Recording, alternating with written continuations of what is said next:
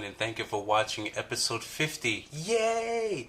Of DiabeticRadio.com. Today's episode, I just want to share with you something that I've been reflecting on for a while. And it brought up the whole question about discrimination against people who have disabilities, both seen and unseen. Um, What had happened was, I think was before my vision problems. I was on my way to work, and I was on a train, and this guy sat next to me, this very tall guy, and I felt his arm move because we were sitting close enough to me that I felt his arm, rub against mine, and he just kept moving his arms up and down like this. And I said to myself, as a native New Yorker, if this guy didn't want to sit next to me, there's plenty of other chairs in the train, for him to sit on and not be bothered. Well, why does he have to sit next to me? And he kept doing it, and then eventually I started hearing, these sounds that came out of his mouth. And then it dawned on me that this person who I assumed and thought that he had a problem with me actually had Tourette's syndrome. And now, just in case those of you who don't know what Tourette's syndrome is, I believe, don't quote me, I believe it's a neurological disorder. And the brain has tics. And I don't know what the word for it is. The brain takes a particular word and or a body movement or both, and it just keeps doing it or saying it repetitively without stopping. And I said to myself, my goodness, thank God I'm not one of those people that likes to fly off the handle over every little thing, because that would have been a very embarrassing moment for me.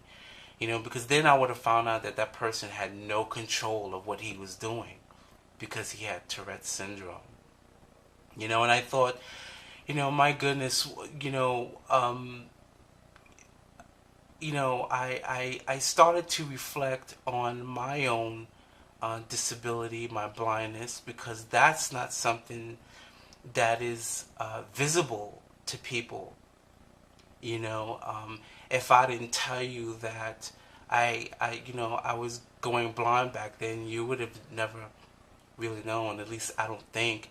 Probably during the last stages when it got really, really, really bad, you probably would have known because I was holding on to like stairways, and I was almost petrified to walk because I was terrified that I was gonna fall, face forward and break my face or something. I bring this up because those who know of me or know my situation with a particular individual who assume that I was looking at him when I was working at night. I don't even know. And he didn't give me the benefit of the doubt that I actually had a problem. He didn't realize that I couldn't see.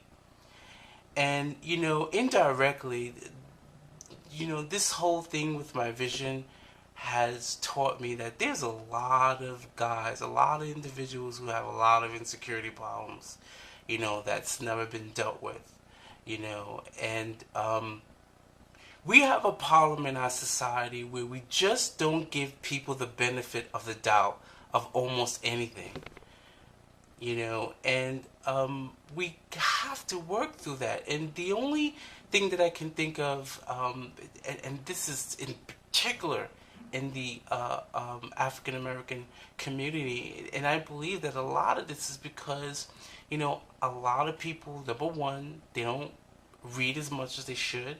And number two, we don't expose ourselves to people of different cultures, different races, different situations, different people with different educational levels, and we don't learn from these people. And this is why a lot of us are walking around just unaware of so many things. And we try, and a lot of our knowledge comes from self-assumption, and we try to turn these assumptions into fact, and we never really bother to read or to research and back up what we think is true. That's why, guys, that's why it's a good thing never really to keep secrets, because sometimes, people who don't understand, or people who aren't right, they take that and they use it to really hurt people. You should, always, I learned, you should always try to be honest the best way that you can. Although, as my vision progressed for the worse, that was really hard for me, because I tried to keep that a secret, because, especially when I was working at night, because I couldn't see properly, and that would have really opened me up to a lot of vulnerabilities. Now, if someone really got crazy and, was like, yada yada yada whatever, I would have had to tell them, because I would have had to give them that respect, but I would resist, because I don't want to have to deal with something and then I have to run somewhere and I can't see and I fall and hurt myself because I was still blind. And this is just something that if you haven't gone through it, you just don't know. And we have to be able to give each other the benefit of the doubt. And like I said, this experience has made me realize that we have a lot of issues, we have a lot of insecurities in ourselves, and we haven't worked through them. Now, I don't want to beat this to the ground, because I think that this whole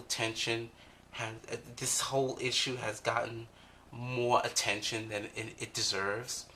But what I'm suggesting, my viewers, is to just open your mind, and we can, and even in terms of diabetes care, we do it all the time. We make judgments on a diabetic based on what they're eating, what they're not eating, the kind of complications they have. We have all these concepts, that are just unwanted, not factual, or you see something that happened to your grandmother or your great grandfather, and you think that's what diabetes is, without taking the time to read and know what it is. People that have diabetes and go through complications, they go through those complications because their blood sugars was uncontrolled. It's not because that's their fate of a diabetic. It means that these are people who knew they were diabetic and they just didn't do what they needed to do to take care of themselves. And even then, you see someone who's a diabetic that may have a little cake now and then. That doesn't mean that they're a bad person, because that person may okay, I have a little piece of cake, then I know I'm going to jog or run the next morning so that I can balance out my blood sugar. Believe me, a lot more people are becoming aware of their diabetes, and a lot of us, like myself, have learned a lot, and we are managing our blood sugars, okay, because my last A1C, I believe, was 6.3, and every once in a while I may have a sweet, I may have a candy, and my blood sugars are still in a good range. So I'm doing something right, so we can't just assume anything about anybody. So, I really hope that this has given you food for thought, and I thank you for watching, and I look forward to doing more videos. Thank you guys so much. Thank you for supporting me. Bye-bye.